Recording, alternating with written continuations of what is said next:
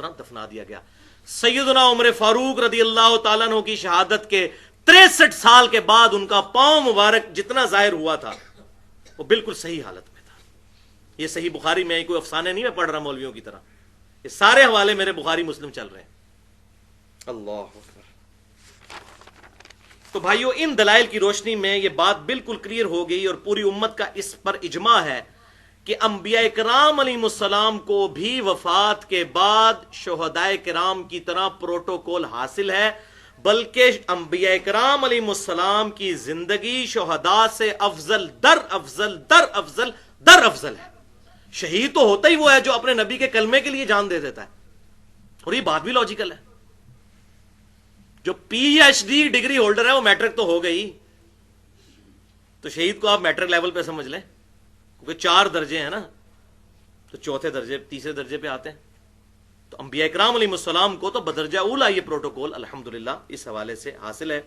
यही वजह है कि 5वीं सदी हिजरी में अहले सुन्नत के बहुत बड़े मुहद्दिस और कई अहादीस की किताबों के मौलिफ, बल्कि इनसे ज्यादा किसी ने अहादीस किताबों में जमा नहीं की, आज से 1000 साल पहले इमाम हाफिज अबू बकर अहमद बिन हुसैन बिन अली अल बैहकी अल मुतवफ़ा 458 हिजरी, उन्होंने मुस्तकिल एक किताब लिखी है 21 अहादीस का मजमुआ हयातुल अंबिया फी कुबूरिहिम, नबी अपनी कब्रों के अंदर जिंदा हैं। और उसमें वो कई अहादीस लेकर आए, कुछ सही भी हैं कुछ ज़ईफ भी हैं। पहले नंबर पे वही हदीस लेकर आए जो मुस्नद अबी याला में इंटरनेशनल नंबरिंग के मुताबिक 3425 नंबर हदीस मौजूद है। आप सल्लल्लाहु अलैहि वसल्लम ने इरशाद फरमाया, अल अंबियाउ अहयाउन फी कुबूरिहिम युसल्लून, नबी अपनी कब्रों में जिंदा है और नमाजें भी पढ़ते हैं। और इसकी सपोर्ट में फिर इमाम भाई की 7वें और 8वें नंबर पर सही मुस्लिम की 2 हदीसें लेकर आए, इंटरनेशनल नंबरिंग के मुताबिक 6156 और 6157 सही मुस्लिम की, कि नबी सल्लल्लाहु अलैहि वसल्लम कहते हैं कि मैंने शब मेराज मूसा अलैहिस्सलाम को सुर्ख टीले के पास अपनी कब्र में नमाज पढ़ते हुए देखा। तो इमाम भाई की इसको दलील के तौर पर लेकर आए अल्हम्दुलिल्लाह।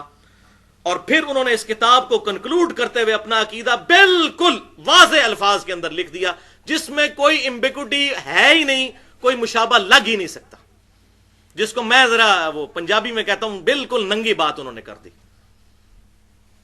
कोई इबहाम रही नहीं, कोई एम्बिगुइटी रहे नहीं। इस किताब के एंड पे हयातुल अंबिया फी कुबूरिहिम इमाम बैहकी ने, और इसी को इमाम इब्न हजर अस्कलानी रहमहुल्लाह अल मुतवफ़ा 852 हिजरी, उन्होंने सही बुखारी की शरह जो शोरा आफाक शरह है फतुल बारी, उसमें सही बुखारी की हदीस नंबर 3441 की शरह में भी इसी किताब को दलील बनाया अंबिया किराम अलैहिस्सलाम की जिंदगी पर कब्रों के अंदर। सही बुखारी इंटरनेशनल नंबर के मुताबिक 3441, इसकी जब शरह लिखी इमाम इब्न हजर अस्कलानी ने फतुल बारी में, उस बाब वज़कुर फिल किताब मरियम, उसके अंदर उन्होंने इमाम बैहकी की इस किताब का हवाला दिया और कहा कि यही उम्मत का अकीदा है। अब इमाम बैहकी के वो अल्फाज जो हयातुल अंबिया फी कुबूरिहिम में कंक्लूडिंग अल्फाज हैं उनके, मैं एग्जैक्ट वर्ड बाई वर्ड उनके अल्फाज पढ़ने लगा हूं। और ये सही है कि बेशक अल्लाह जल्ल सनाह ने अंबिया किराम अलैहिस्सलाम पर उनकी रूहें लौटा दी हैं और अब वो अपने परवरदिगार के नजदीक शुहदा की तरह जिंदा हैं, उनकी रूहें उन पर लौटा दी हैं। अब फिर यही इमाम बैहकी ने किताब लिखी है अकीदों के ऊपर अल एतिकाद के नाम से अलग से, उसमें भी उन्होंने नबी सल्लल्लाहु अलैहि वसल्लम पर जो चैप्टर बांधा, उसकी जो फसल थी दलाले नबूवत के ऊपर, उसमें भी अल्फाज ये लिखे, लफ्ज ब लफ्ज ये अल्फाज हैं, और अंबिया किराम अलैहिस्सलाम की रूहें कब्ज करने के बाद उन्हीं की तरफ लौटा दी जाती हैं, बस वो शुहदा की तरह अपने रब के नजदीक जिंदा हैं। अभी शुहदा की तरह से मुराद ये ना समझिएगा कि शहीद जिस तरह वो सब्ज परिंदों के पेट में उनकी रूह है उस तरह नहीं, की तरह से मुराद इस तरह समझ लें जैसे हम कहते हैं कि अंबिया किराम अलैहिस्सलाम भी इंसान होते हैं, लेकिन वो आम इंसान नहीं होते। उनका इंसान होना और हमारे इंसान होने में बड़ा फर्क है। हां, लेकिन ये एक चीज है कि वो भी इंसान हम भी इंसान, बाकी जो कैफियत और फजाइल तो कोई कंपैरिजन ही नहीं है। तो की तरह से मुराद है कि जिस तरह वो भी जिंदा ये भी जिंदा। اور امام صاحب کی کتاب خود ہی بتا رہی ہے حیات الانبیاء فی قبورہم، نبی اپنی قبروں میں زندہ ہے. اس کے اوپر ذرا غور کیجیے. اور یہ قبروں میں زندگی جسمانی بھی ہے اور روحانی بھی، لیکن اس کی کیفیت کیا ہے؟ دنیاوی نہیں ہے، برزخی ہے. انبیاء کرام علیہ السلام اپنی قبروں میں زندہ ہیں اور ان کی زندگی نمبر 1 اخروی ہے، یعنی آخرت کی زندگی. نمبر 2 برزخی ہے، یعنی ان سین بیریئر، نظر نہیں آ سکتی. نمبر 3 جنتی ہے. اور نمبر 4 جسمانی پلس روحانی ہے، لیکن اس کی کیفیت برزخی ہے. اور یہ زندگی کسی بھی صورت دنیا کی زندگی کے مشابہ نہیں ہے، کیونکہ دنیا کی زندگی کے پروٹوکول ڈیفرنٹ ہے. دنیا میں زندہ رہنے کے لیے ہمیں سب سے بیسک نیڈ ہے سانس، پھر کھانا پینا، یہ تمام چیزیں دنیا کی ضرورتیں ہیں.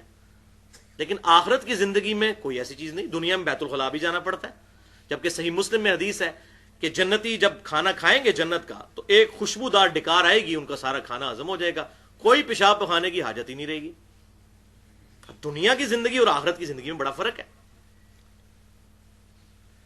اس لیے ہم صرف یہ قبر مبارک کی زندگی کا ایک دھندلا سا تصور اس متشابہ چیز کا قرآن اور سنت کی روشنی میں پیش کر سکتے ہیں. جتنا بتایا گیا اس سے آگے ہم بڑھ نہیں سکتے.